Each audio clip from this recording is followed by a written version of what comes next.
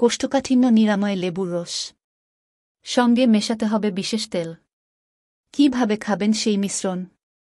কোষ্ঠকাঠিন্যের সমস্যা একবার দেখা দিলে তা থেকে সেরে ওঠা মোটেই সহজ নয়। অনেকেই বুঝতে পারেন না কিভাবে স্বস্তি পাবেন। কোষ্ঠকাঠিন্যের হাত থেকে মুক্তি পাওয়া সহজ নয় একেবারেই। রোজ সকালে শৌচালয়ে অনেকটা সময় পেরিয়ে যায়, দেরি হয়ে যায় অফিস পৌঁছতে।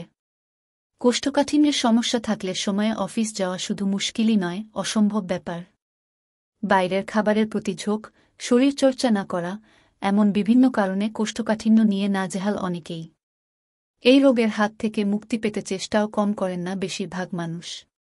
কিন্তু কোষ্ঠকাঠিন্যের সমস্যা একবার দেখা দিলে তা থেকে সেরে ওঠা মোটেই সহজ নয়। অনেকেই বুঝতে পারেন না কিভাবে স্বস্তি পাবেন।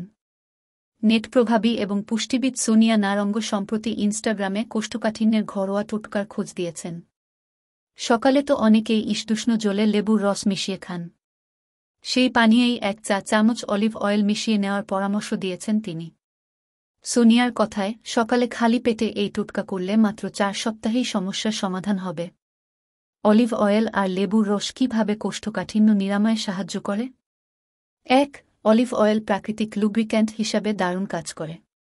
ফলে মলদ্বারে কেটে ছিঁড়ে যাওয়া আটকে দেওয়া যায়। 2. এই দুটি উপাদানের সমন্বয়ে পিত্তরস উৎপাদনের পরিমাণ বৃদ্ধি পায়। ফলে পরিপাক সংক্রান্ত সমস্যা থাকে না। 3. লেবুর রসে রয়েছে ভিটামিন সি।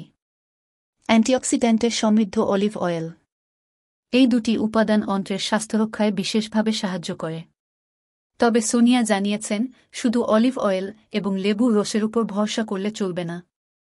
প্রতিদিন যথেষ্ট পরিমাণে শাকসবজি খেতে হবে। সঙ্গে 2-3 লিটার জলও খাওয়া চাই।